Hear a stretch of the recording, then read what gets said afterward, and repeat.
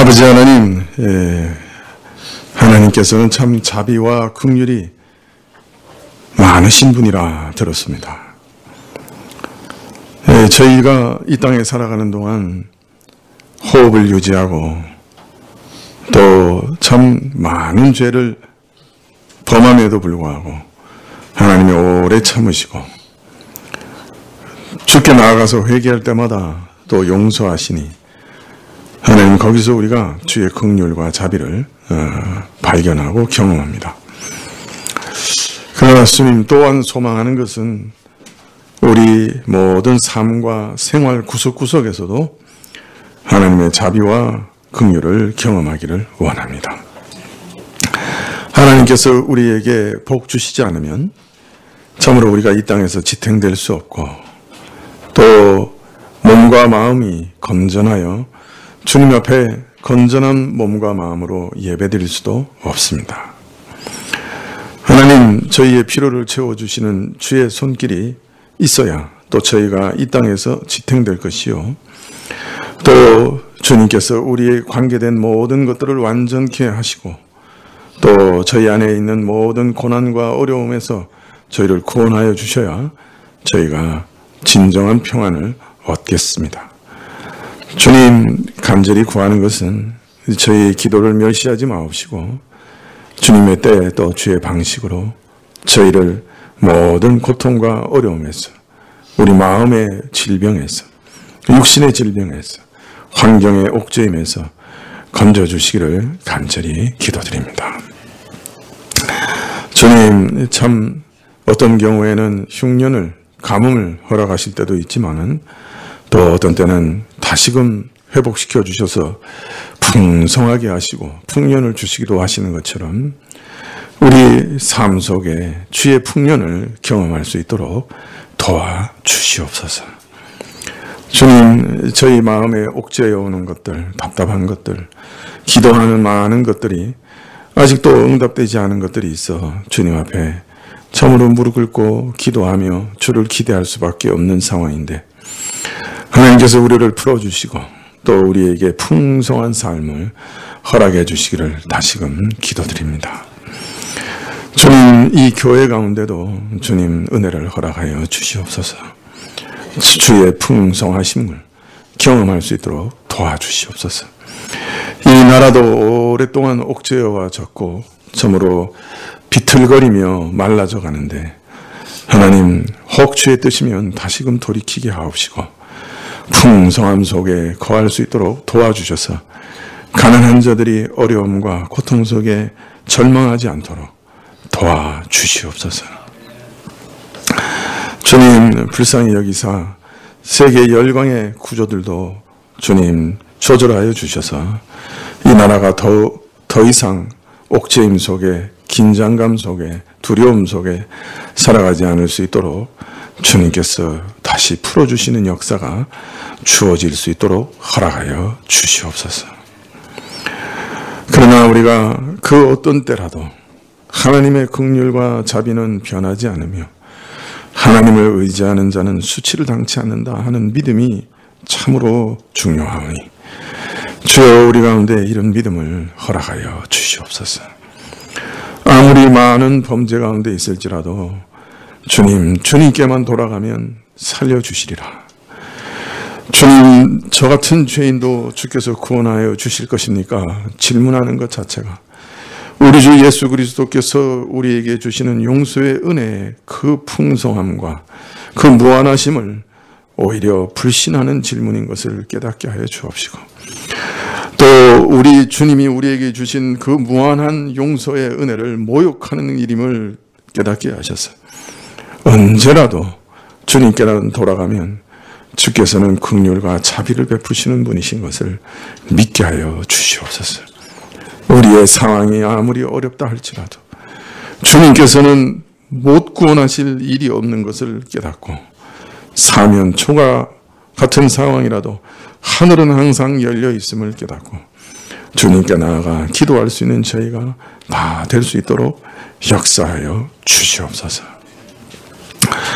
상한 자들을 치료하시고 주님, 다툼을 화목으로 변해주시고 깨어진 것을 싸매시는 하나님께 우리 모든 가정을 주님께서 그렇게 해주시도록 구하고 각 가정마다 풍성함을 누릴 수 있도록 영육간에 도우시기를 구하며 아버지 하나님, 저희가 또한 저희 가진 것이 전부 주로부터 온 것이라 알고 헌물 드렸사오니 주님께서 받으시고 역사하여 주시옵소서. 주님 찬송을 받으시기를 원하고 말씀 속에 빛을 주시기를 구하올 때 예수님의 이름으로 기도합나이다. 아멘. 성경 말씀은 여호수아서 9장 1절부터 6절까지 말씀입니다. 여호수아서 9장 1절부터 6절까지 말씀입니다.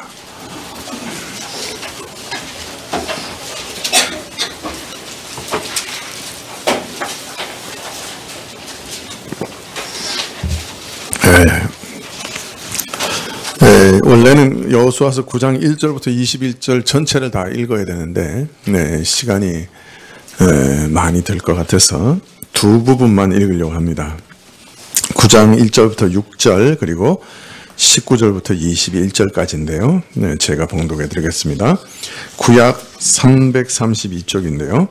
여호수아 9장 1절부터 6절입니다. 요단 서편 산지와 평지와 레바논 앞 대해변에 있는 헷사람과 아모리 사람과 가나안 사람과 브리스 사람과 히위 사람과 여부수 사람의 모든 왕이 이 일을 듣고 모여서 일심으로 여호수아와 이스라엘로 더불어 싸우려 하더라. 기브온 거민들이 여호수아의 여리고와 아이에 행한 일을 듣고 꾀를 내어 자신의 모양을 꾸미되 헤어진 전대와 헤어지고 찢어져서 기운 가죽 포도 부대를 날개에 싣고 그 발에는 낡은 기운 신을 신고 낡은 옷을 입고 다 마르고 곰팡이 난 떡을 예비하고 그들이 길갈 진으로 와서 여호수아에게 이르러 그와 이스라엘 사람들에게 이르되 우리는 원방에서 왔나이다. 이제 우리와 약조하사이다. 19절부터 21절까지 제가 읽겠습니다. 모든 족장이 온 회중에게 이르되 우리가 이스라엘 하나님 여호와로 그들에게 맹세하였은즉 이제 그들을 건드리지 못하리라. 우리가 그들에게 맹세한 맹약을 인하여 진노가 우리에게 임할까 하노니 이렇게 행하여 그들을 살리리라 하고 우리에게 이르되 그들을 살리라 하니 족장들이 그들에게 이른 대로 그들이 온 회중을 위하여 나무 패며 물 깃는 자가 되었더라.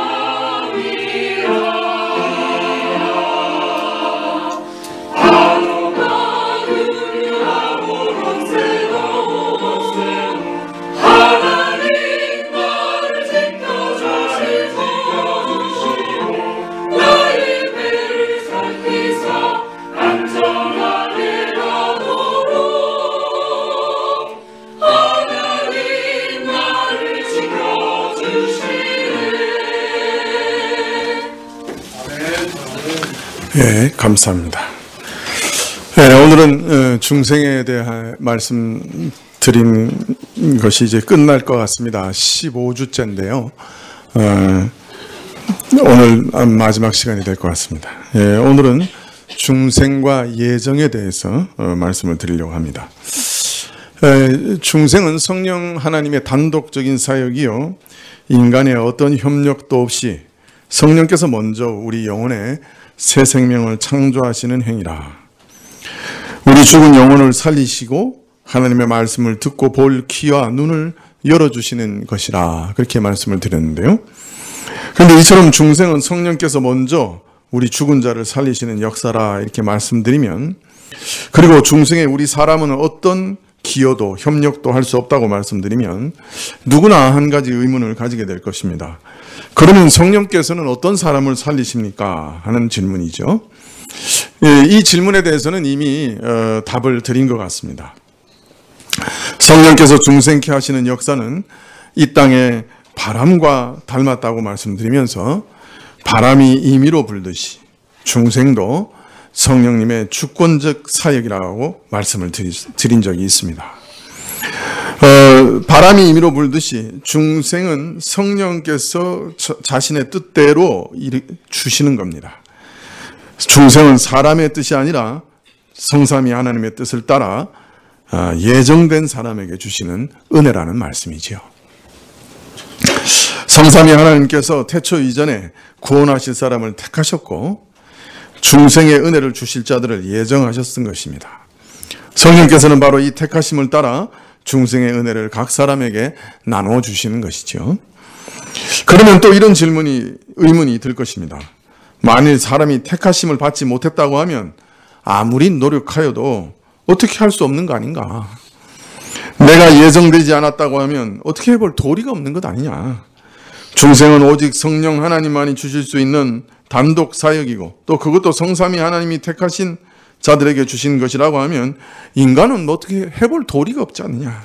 아무리 노력해도 하나님께서 너는 선택받지 못한 자라고 하시면 그거 어떻게 하겠는가? 하는 질문과 의문들이 우리에게 떠오를 것입니다. 오늘 말씀은 바로 이 선택에서 제외된 사람들에 대한 얘기입니다. 하나님께서 이스라엘을 가나안 땅에 정착하게 하시고 거기서 하나님 나라를 건설하게 하셨습니다. 그런데 가나안 땅은 사람들이 살지 않는 텅 빈 땅이 아니었어요. 거기에는 수백 개의 도시와 촌락에 거주하는 7 족속이 이미 살고 있었습니다.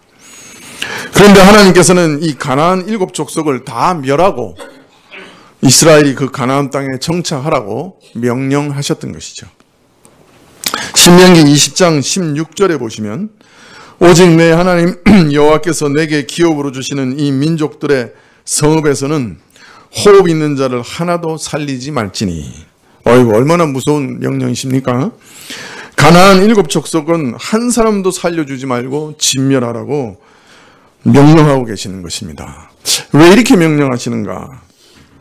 신명기 20장 18절에 그 이유를 말씀하시기를, 이는 그들이 그 신들에게 행하는 모든 가증한 일로 너희에게 가르쳐 본받게 하여 너희로 너희 하나님 여호와께 범죄케 할까 함이니라.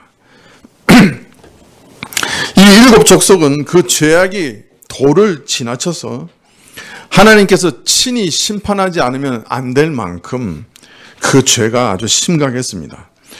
그 중에도 특히 저들은 자기 신들에게 인신 제사를 드렸습니다. 사람을 제물로 드렸습니다.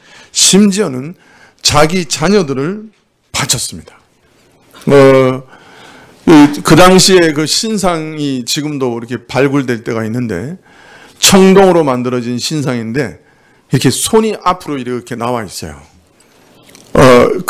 그게 뭘 의미하느냐?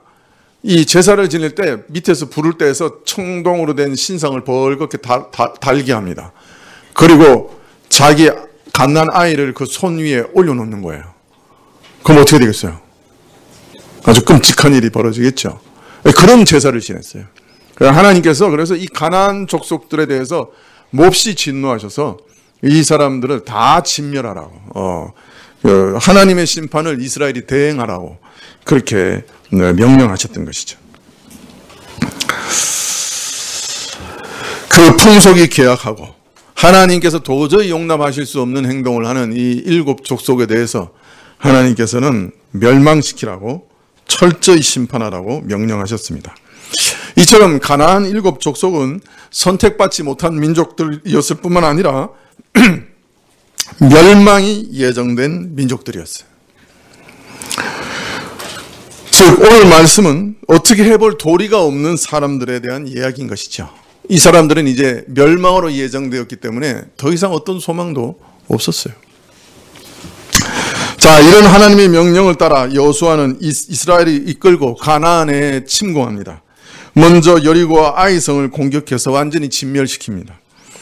오늘 말씀을 보면 여호수아가 여리고와 아이를 진멸한 일을 요단강 서편에 있는 산지와 저지대와 지중해 해변 지역과 그리고 레바논 이남에 있는 모든 왕들, 헷 사람과 아모리 사람, 가나안 사람과 브리스 사람, 히위 사람과 여부스 사람의 모든 왕이 이 일을 듣고 한 마음으로 연합해서 여호수아와 이스라엘에 대항하고자 항전하고자 결심했다 하는 말씀이 으로 시작하고 있습니다. 이들은 여리고와 아이성을 잔인하게 여자와 아이, 노인도 남겨놓지 않고 완전히 쓸어버린 진멸한 소식을 듣고 아마 공포에 떨었을 겁니다. 그리고 매우 붕괴했겠지요. 그래서 이들은 일심으로 이스라엘과 싸우기로 결심을 했습니다. 자, 그런데 모든 가나안인들이 이처럼 이스라엘에 대항해서 생사를 건 전쟁의 각오를 다질 때 다른 생각을 가진 사람들이 있었어요. 가나안 7 족속 중에 히위 족속이 있었는데 그 히위 족속 중에 기브온에 사는 거민들이 다른 생각을 하게 됐습니다. 이들은 어떤 수를 써서라도 이스라엘과 화친해야 되겠다 이렇게 생각한 거예요. 나머지 모든 가나안 족속들은 이스라엘과 전쟁을 해서 저가 이기든지 우리가 이기든지 저가 죽든지 우리가 죽든지 하자 이렇게 전의를 불태우고 있었는데 이 기브온 족속만은 이상하게 우리가 어떻게든 이스라엘과 화친하자 이런 생각을 품은 거예요. 당시 가나안 족속들에게는 하나님이 이스라엘에게 명령하신 명령이 널리 알려졌던 것이 분명합니다. 이스라엘에게 가나안 땅을 하나님께서 주시면서 그 모든 거민을 진멸하라고 하셨다는 소문이 가나안에 널리 퍼져 있었던 것 같아요. 여호수아서 9장 24절 하반절, 오늘 우리가 읽어야 했던 9장의 24절 하반절에 보시면 이 여부수 사람들이 고백하는 말이 나옵니다. 당신의 하나님 여호와께서 그 종 모세에게 명하사 이 땅을 다 당신들에게 주고 이 땅 모든 거민을 당신들 앞에서 멸하라 하신 것이 당신의 종에게 분명히 들림으로. 자, 이 소식을 가나안 족속들이 다 들었던 거예요. 그러므로 두려움과 절망에 빠져서 사생 결단을 하고 전쟁을 준비했던 것이죠. 저가 죽든지 우리가 죽든지 두 가능성밖에 없다 이렇게 생각하고 있었던 거예요. 그러나 기브온 거민들은 다른 생각을 가졌어요. 어떤 가능성을 이스라엘 가운데 발견했고 어찌하든지 이스라엘과 화친하여 그들 가운데 생존하려고 하였습니다. 신명기 20장 10절 이하에 보면 가나안 7 족속을 제외하고는 이스라엘에게서 멀리 떨어져 있는 성읍에 대해서는 혹 전쟁할 때라도 반드시 먼저 화평을 선언하라고 하나님은 명령하십니다. 그래서 화평을 받아들이면 조공을 바치게 하고 평화롭게 살으라 그렇게 말씀을 하십니다. 그러니까 무조건 전쟁을 시작하는 게 아니라 반드시 화평을 먼저 선포하라고 말씀하고 있는 것이죠. 기브온 거민들이 이런 율법을 알고 있었는지 아니면 이스라엘과 멀리 떨어진 사람들과는 화평할 수도 있을지 모르겠다 짐작했는지 여하튼 기브온 거민들은 자신들을 멀리 떨어져 있는 족속이라고 속이고 이스라엘과 화평의 조약을 맺으려고 하였습니다. 그래서 이들은 낡은 배를 구해서 나귀 위에 덮고 낡아 터져 묶고 맨 포도주 부대를 취하고 낡아서 꿰맨 신을 신고 헤어진 겉옷을 입고 말라 곰팡이가 난 양식을 취한 다음에 길갈에 있는 이스라엘의 진에 찾아와서 여호수아에게로 왔습니다. 그러고 말하기를, 오늘 우리가 읽은 9장 6절에 그들이 길갈 진에 와서 여호수아에게 이르러 그와 이스라엘 사람들에게 이르되 우리는 원방에서 왔나이다. 이제 우리와 약조하사이다. 우리는 멀리 떨어져 있는 땅에서 왔는데 우리와 더불어 언약을 맺고 화친을 합시다. 실상은 바로 다음에 나오는데 3일밖에 안 떨어져 있었어요. 3일 길밖에 안 떨어져 있었는데 이 사람들이 멀리 떨어져 있다고 지금 사기를 치고 있는 거예요. 그러면서 화평의 조약을 맺읍시다, 이렇게 말하고 있습니다. 그리고 거짓말을 하여 속이되 우리가 떠날 때는 양식이 따뜻하였는데 방금 구운 빵을 실었는데 여기 보십시오, 지금 곰팡이가 났습니다. 시간이 오래돼서 곰팡이가 났습니다. 또 새 포도주로 채웠던 부대가 이렇게 다 터질 지경이 됐고 옷과 신발도 이렇게 다 헤어졌습니다. 우리가 아주 멀리서 왔습니다. 이렇게 거짓말을 했습니다. 이스라엘 사람들은 하나님께 묻지도 않고 경솔하게 이 사람들의 양식을 다 받고 여호수아가 이들과 화친하는 조약을 맺었습니다. 회중의 모든 족장들도 함께 맹세했습니다. 언약을 맺은 지 사흘이 지난 다음에 이스라엘이 행군에 나가다가 이 여부수 사람들이 가까이 사는 백성인 것을 발견합니다.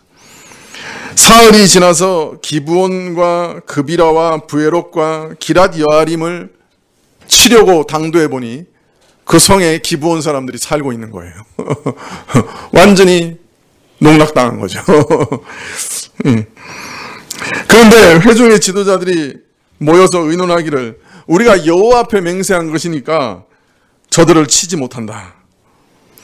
그러자 백성들은 경솔하게 맹세한 지도자들에 대해서 원망했습니다. 백성의 모든 지도자들이 회중에게 이르되 우리가 이스라엘의 하나님 여호와를 두고 그들에게 맹세했으므로 지금 와서 그들을 칠 수는 없다. 그들을 살려도 우리가 그들에게 한 맹세로 인한 진노가 우리에게 임하지 않도록 해야 할 것이다. 그래서 그들을 살려주되 회중을 위해 나무를 패고 물을 길른 자로 삼았다. 이렇게 오늘 말씀은 기록하고 있습니다. 그런데 여기 한 가지 의심스럽고 이상한 점이 있습니다. 어떻습니까? 기브온은 분명히 처음 조약을 맺을 때부터 어떻게 한 거예요? 사기쳤잖아요. 여러분, 사기로 맺은 계약을 파기 못합니까? 상대방이 처음부터 사기를 칠 생각을 하고 계약 맺으러 왔는데 그 언약을 아무리 하나님 앞에서 맺었다고 해도 그거 깨트리지 못하는 겁니까? 조약이라고 하는 것은 처음부터 진실되게 양쪽에서 그죠? 고백하고 바르게 언약을 맺어야 이 조약이 유효한 것이지, 처음부터 아예 사기를 치고 들어왔는데 그 하나님 앞에서 그냥 입으로 맹세했다고 그 조약을 꼭 지켜야 되는 겁니까?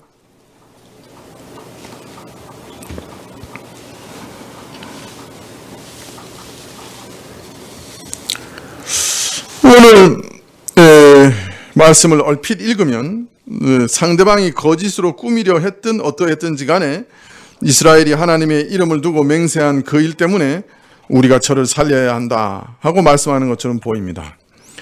과연 상대방이 나한테 속여서 맹세했더라도 하나님 앞에 맹세한 것은 지켜야 하는가? 물론 우리가 하나님 앞에 서야 한 것을 결코 가볍게 생각할 수 없습니다만은, 여기서 이스라엘 족장들이 우리가 한 맹세 때문에, 하나님의 이름으로 맹세한 것 때문에 저들을 살려야 하리라 말한 그 뜻은, 그 의미는 단순하게 우리가 하나님의 이름으로 맹세하였기 때문에 그 언약은 유효할 수밖에 없다, 그런 뜻으로 보기는 힘이 듭니다. 여호수아서 9장 22절 이하에 보면 여호수아가 그들을 불러다가 일러 가로되 너희가 우리 가운데 거주하거늘 어찌하여 우리는 너희에게서 심히 멀다 하여 우리를 속였느냐. 그러므로 너희가 저주를 너희가 영영이 종이 되어서 다 내 하나님의 집을 위하여 나무 패며 물기는 자가 되리라.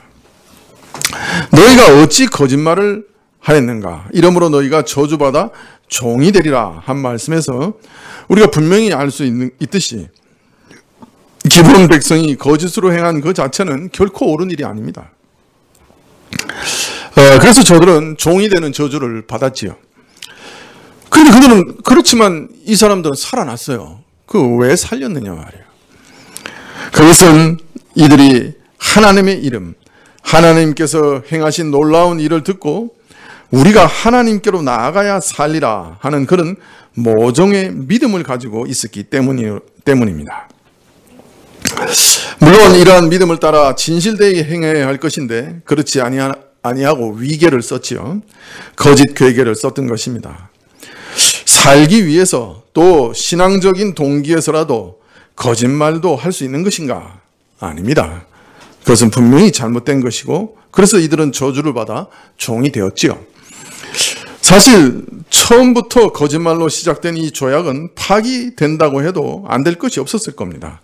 그러나 이스라엘이 이들을 살려주었던 것은 이들에게서 하나님에 대한 모종의 신앙을 발견하였기 때문이었던 것이죠. 이런 의미에서 이 기브온 백성의 믿음은 집단적이긴 하지만 라합의 경우와 매우 유사하다 할 수 있습니다. 라합이 누굽니까? 앞서 이스라엘이 진멸한 여리고 성에 살던 기생이었습니다. 하나님께서는 첫 성인 여리고 성에서도 한 사람도 살려두지 말라고 분명히 명령하셨죠. 그런데 이 기생 라합은 살았어요. 여리고의 모든 백성들이 일심으로 성문을 닫고 이스라엘과 전쟁하려고 하는 그런 때 라합은 다른 길을 모색합니다. 라합은 이스라엘의 정탐꾼들을 숨겨주면서 이렇게 고백합니다. 여호수아서 2장 9절에 여호와께서 이 땅을 너희에게 주신 줄을 내가 아노라.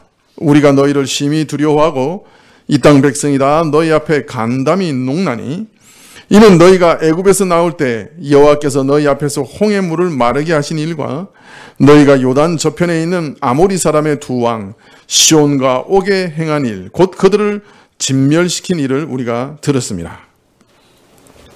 우리가 듣자 곧 마음이 녹았고 너희의 연고로 사람이 정신을 잃었나니 너희 하나님 여호와는 상천하지의 하나님이시라. 라합은 여호와 하나님은 상천하지의 유일한 하나님이시요 그 백성 이스라엘이 내가 참으로 속해야 할 민족이요 이스라엘 가운데 내가 생존하리라 하는 그런 생각을 가졌던 것이죠. 그래서 두 정탐꾼을 숨겨주었고 자신과 자신의 가족을 살려줄 것을 부탁합니다. 이런 점에서 기브온 백성과 라합은 유사하다고 할 수 있습니다. 기브온 백성이 여호수아에게 자신들의 신앙을 고백하기를 여호수아 9장 9절 이하에 종들은 당신의 하나님 여호와의 이름을 인하여 심히 먼 지방에서 왔사오니 이는 우리가 그의 명성과 그가 애굽에서 행하신 모든 일을 들으며 또 그가 요단 동편에 있는 아모리 사람의 두 왕 곧 헤스본 왕 시혼과 아스다롯에 있는 바산 왕 옥에게 행하신 모든 일을 들었음이니이다. 이 고백에서 심히 먼 지방에서 왔다는 말만 거짓이고 다른 말들은 참된 고백이라고 할 수 있을 것입니다. 그들은 분명히 하나님께서 행하신 일을 들었고 하나님의 이름을 사모하여 찾아왔던 것이죠. 아니면 처음부터 이들이 이스라엘과 화친하려고 하지도 않았을 것입니다. 이런 면에서 이들의 고백은 라합의 고백과 조금도 다르지 않았던 것이죠. 따라서 이러한 어떤 긍정적인 요소가 있었기 때문에 여호수아가 저들을 살려두었던 것이죠.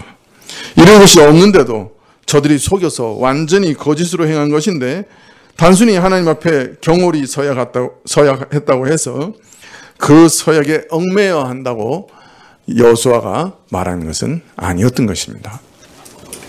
이러한 해석이 옳은 것은 이후에 이 사건의 의미를 설명하시되 여호수아서 11장 19절에 이렇게 말씀하시는 것을 보면 알 수 있습니다.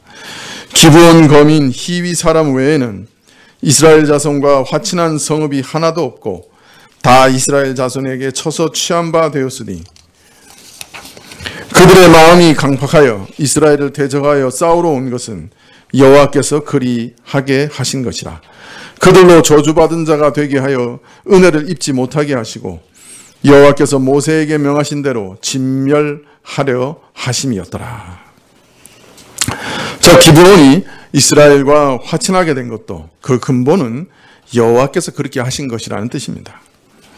다른 성읍들이 이스라엘과 화친하지 않고 다 멸망한 것은 여호와께서 저들을 심판하시기 위해 저들의 마음을 강팍하게 하신 것 때문이라고 말씀하십니다. 그렇기 때문에 기브온이 화친하여 살아난 것도 그 마음에 두려움을 주시고 살고자 하는 소망을 주시고 이스라엘에게 나와 살 길을 얻으려 한 그 마음도 하나님이 주신 것이라고 할 수밖에 없는 것이죠. 그래서 이러한 사실을 깨달았기 때문에 이스라엘이 기브온을 칠 수 없었고 저들을 받아들였던 것입니다. 단순히 맹세하였기 때문이 아니라 이 사건 배후에 있는 하나님의 긍휼하심을 저들은 짐작했던 것이죠. 이 기브온 백성의 경우는 한편으로는 나압과 매우 비슷한 경우이기도 하였지만 한편으로는 다른 점이 있습니다. 긍정적인 요소가 있는 반면에 어떤 부정적인 요소도 있는 것이죠. 참으로 기브온 백성은 하나님께서 이스라엘을 통하여 행하신 모든 일을 듣고 하나님의 이름을 사모하여 그에게 속하여 살리라 결심하였습니다. 이것은 참 아름다운 것이고 칭찬받을 만한 것이라 할 수 있습니다. 그러나 여기에서 기브온 백성에게 더 바랄 것이 있었다고 하면 하나님께서 그들에게 그러한 믿음을 불러일으키셨다면 그 믿음을 따라 진실하게 행했다면 어떻게 되었을까? 라합이 진실하게 행하였을 때 하나님 백성이 되었던 것처럼 기브온 백성도 어떤 유익을 얻었을 것입니다. 그런데 거기서 기브온은 실패했죠. 그들은 하나님 말씀의 한 면만을 알았습니다. 가나안 지경에 있는 자들, 민족들과는 화친해도 가나안 지경 밖에 있는 자들, 민족들과는 화친해도 좋지만 가나안 족속에 속한 자들은 모두 진멸하라. 어린애, 노인, 여자 할 것 없이 다 죽여라. 이러니 이 말씀에 의하면, 이 명령에 의하면 우리는 도저히 살 가망이 없다고 생각한 것이죠. 어떻게 해볼 도리가 없지 않겠느냐 생각한 것입니다. 그렇기 때문에 거짓이라도 우선 맹세부터 받아놓고자 해서 괴계를 꾸민 것인데 이 점에 있어서 라합의 전공법과는 상당히 차이가 있습니다. 라합은 당당하게 자신의 믿음을 고백하고 정정당당하게 물었습니다. 내가 이스라엘에 속하여 생명을 보존할 수 있겠는가? 단순히 자신이 이스라엘의 두 정탐권을 숨겨주었기 때문에 그 공로로 자기가 목숨을 부지할 수 있다고 생각하지는 않았습니다. 하나님께서는 이런 믿음으로 의탁하는 자를 구원하실 긍휼이 있는 분이 아니냐? 상천하지의 하나님이시라면 나 같은 자를 불쌍히 여기지 않으시겠느냐? 오히려 담대히 물어봤던 것이죠. 라합도 똑같이 진멸의 대상인 가나안 사람이었습니다. 어떻게 해볼 도리가 없는 사람이었어요. 그러나 하나님에 대한 믿음을 진실되게 고백하고 그 믿음을 따라 행하였을 때 하나님께서는 그녀를 이스라엘 사람으로 받아들였습니다. 기브온도 라합의 이러한 진실되는 행동을 본받았다고 하면 그들에게 얼마든지 기회가 있었을 것입니다. 하나님께서 어떤 배려를 하셨을 겁니다. 이 점에서 기브온은 실패하였습니다. 온전하지 못하였던 것이죠. 바르지 못하였습니다. 그래서 그들은 자신들의 거짓에 대한 책임을 여호수아가 묻되 너희들이 우리 가운데 거주하면서 어떻게 해서 심히 먼 곳에 있는 자라고 거짓말하였는가? 그러므로 너희는 저주를 받아서 내 하나님 집을 위하여 종이 되어 화목을 패는 자와 물깃는 자가 되리라 하였습니다. 이스라엘에게서 종의 지위에서 이스라엘을 섬기는 그런 자가 되리라고 한 것이죠. 본인들의 거짓에 대한 책임을 추궁하였고 그래서 종이 되었습니다. 그러나 바로 이 저주와 같은 말씀을 자세히 한번 들여다보십시다. 그들은 비록 종의 신분으로 살게 되었습니다마는 진멸의 대상에서 벗어났습니다. 그리고 이스라엘 가운데 이스라엘과 함께 살아갈 터전을 받았습니다. 생명을 부지하게 되었습니다. 그리고 이들이 이스라엘을 섬기되 어떤 모양으로 섬기게 되었습니까? 하나님의 집에서 물깃는 자와 나무 패는 자가 되었어요. 다른 말로 말하면 하나님의 성소를 섬기는 자들이 되었어요. 레위인이 하는 일을 대신하게 된 거예요.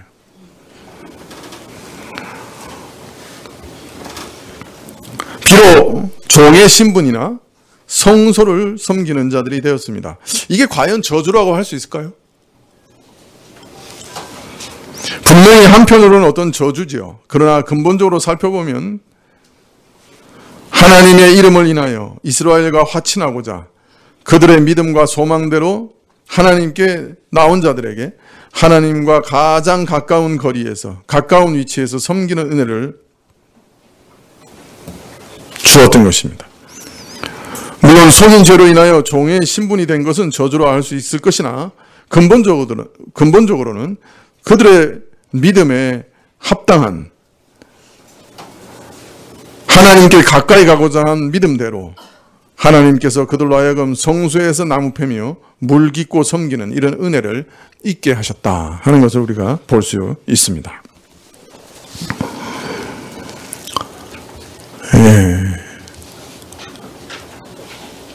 추석 주간에 몹시 힘드실 줄 알고 엄청 빨리 설교를 해서 이제 거의 끝나갑니다. 여러분 조금만 더 참으세요. 여기서 이 사건에서 우리가 한 가지 중요한 교훈을 얻게 되죠. 기브온이나 라합은 저들의 죄가 너무 커서 하나님께서 이스라엘 백성을 통하여 심판하시는 7 족속 중에 하나였죠. 즉 라합과 기브온 족속의 운명은 이미 정해져 있었습니다. 모두 죽여버리는 것이었어요. 어떻게 해볼 도리가 없는 사람들이었습니다. 하나님이 이미 명령하셨는데요. 선택에서 제외됐을 뿐 아니라 멸망으로 운명 지어졌습니다. 예정되었습니다. 그런데 그 중에서 라합과 기브온 족속은 구원을 얻었어요. 하나님을 상천하지의 유일하신 하나님으로 믿고 그 영혼을 하나님께 의탁한 라합은 구원을 얻었어요. 하나님을 사모하여 나온 기브온 족속도 구원을 얻었어요. 하나님의 성전에서 섬기는 자들이 되었어요. 여러분, 이게 하나님의 원칙입니다. 내 죄가 너무 커서 이제 너를 용서할 수 없다. 이제 내게 남은 것은 멸망과 죽음뿐이다. 혹 이렇게 선언하셨어도 하나님, 혹시 하나님 안에는 긍휼이 남아있지 않습니까? 혹시 회개하면 살 길이 없겠습니까? 하며 하나님께 피하는 자들은 그 어떤 순간에도, 심지어 하나님의 심판이 확정된 이후에도 살려주시는 것입니다. 이게 하나님의 원칙입니다. 혹 간혹 징계하신다고 해도, 종으로 삼는다 할지라도 심판을 면하게 해주시는 겁니다. 지옥에서 건져내십니다.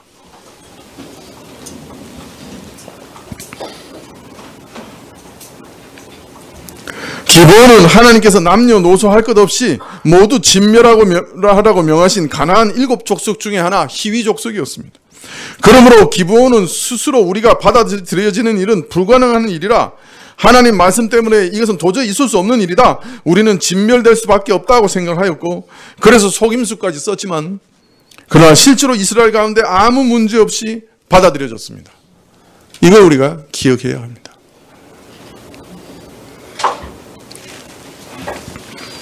아무리 악한 자들이라도 너희는 너무 악하여 내가 받아들일 수 없다 하셔도 하나님 나를 긍휼히 여기사 내 모든 죄를 사하시고 하나님의 백성으로 나를 받아주십시오 라고 기도하면 하나님께서 어떻게 하시겠습니까?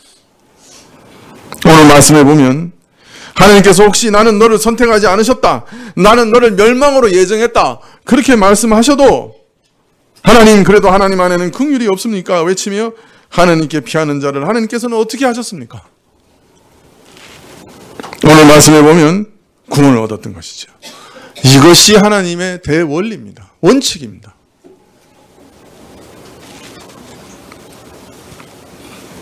사실 하나님의 선택은 바로 이런 믿음을 통해서 우리 안에 이루어지는 것이에요. 그 구원은 이런 믿음으로 우리에게 이루어지는 것이에요. 하나님께서는 창기요 반드시 죽을 자라고 정하셨던 라합을 그 믿음 때문에 구원하셨을 뿐 아니라 유다 족속의 청년과 결혼하게 하셔서 나중에 예수 그리스도의 조상이 되게 합니다. 마태복음 1장에 예수 그리스도의 족보에 4사람의 여인이 있는데 그 중에 한 사람이 바로 기생 라합입니다.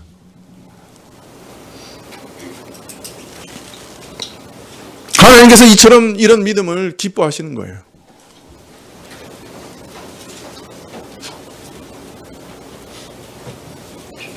내 상황을 보니 아무리 해도 신자로서 살아가는 게 아닌 것 같고, 아무리 해도 죽을 짓밖에 하는 게 없는 것 같고, 나라도 하나님께서는 진멸하실 것 같고, 나는 너무 많이 죄를 지어서 이제 하나님 나를 멸망시키실 것 같다. 그래도 하나님께 나가, 하나님 혹 긍휼, 저 같은 자를 위한 긍휼이 없으십니까? 하나님께 나아가면 하나님께서 저를 살려주시는 거예요.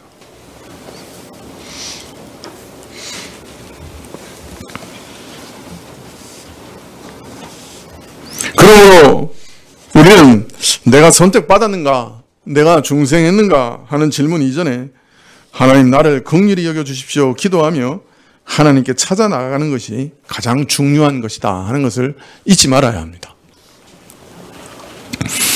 혹 나는 너를 선택하지 않았다 하실지라도 하나님 안에는 긍휼이 없으십니까? 이런 죄인은 설 자리가 없습니까? 부르짖으며 하나님을 찾는 자들은 다 구원하시는 거예요.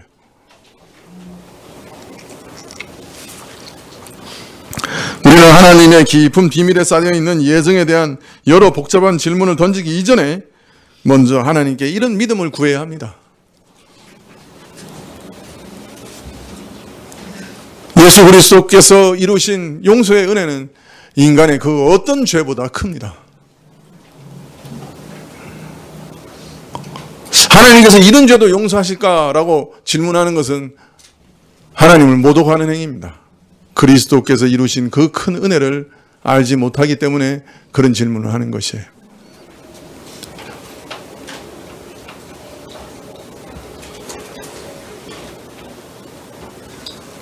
무한하신 하나님께서 무한하신 그 생명을 십자가에서 죽이시면서 무한하신 용서를 우리에게 허락하셨습니다. 그 용서를 구하여 나가는 자마다 하나님께서는 버리시지 않습니다. 수치를 당치 않게 하십니다.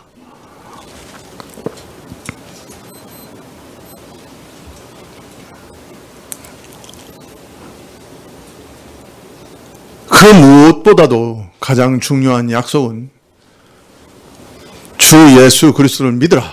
그리하면 너와 내 집이 구원을 얻으리라 하신 겁니다. 믿는 자와 그 믿는 자의 가정을 구원하시겠다는 약속을 이미 우리에게 주셨습니다.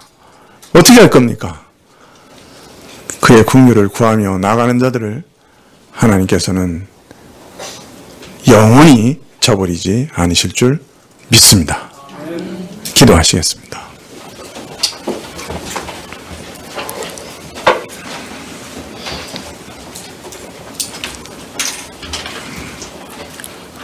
주님, 라합이 가졌던 믿음, 기브온 족속이 가졌던 믿음 우리에게도 주시옵소서.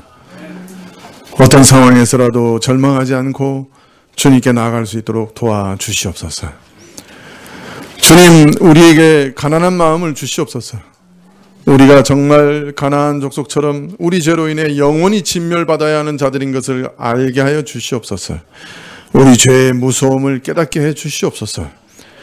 그러나 아무리 죄가 무섭다 할지라도 주의 긍휼을 구하는 자에게는 반드시 주의 구원과 자비를 베푸시는 것을 믿게 하여 주시옵소서. 라합과 기브온이 주의 멸망으로 예정된 가운데서도 주의 긍휼을 입었듯이 우리 가운데 주의 긍휼을 구하는 믿음을 주사 영원한 자비를 덧입게 하여 주옵소서. 예수님의 이름으로 기도합나이다. 아멘. 196장 찬송하시겠습니다.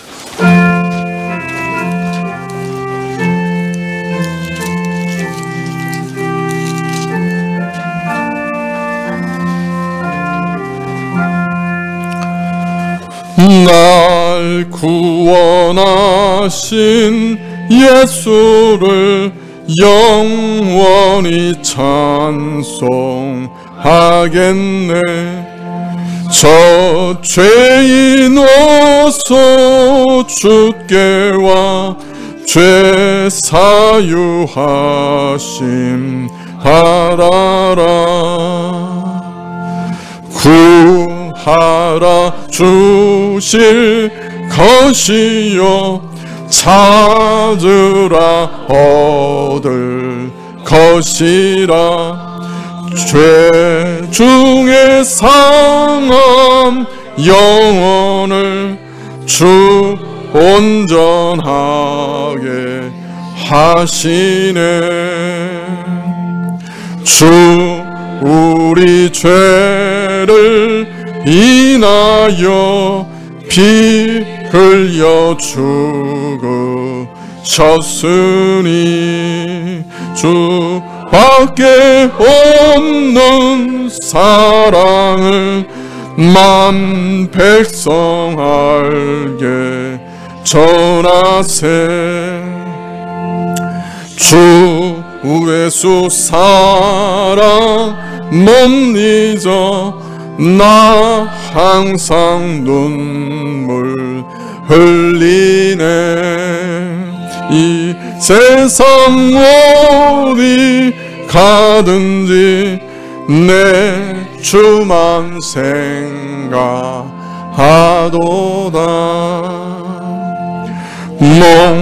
목마른 자 이 세매와 영생의 물을 마셔라.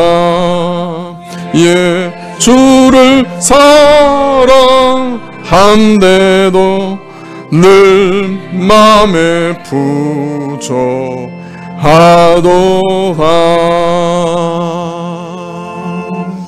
네, 기도하시겠습니다. 지금은 우리 주 예수 그리스도의 은혜와 하나님 아버지의 그 크신 사랑과 이 은혜와 사랑을 깨닫게 하시고 누리게 하시는 성령님의 교통하시고 역사하심이 주 앞에서는 언제든지 긍휼과 자비의 문이 활짝 열려 있음을 믿고 머리 숙인 주의 백성들 위해 지금부터 영원까지 함께 계실지어다. 아멘.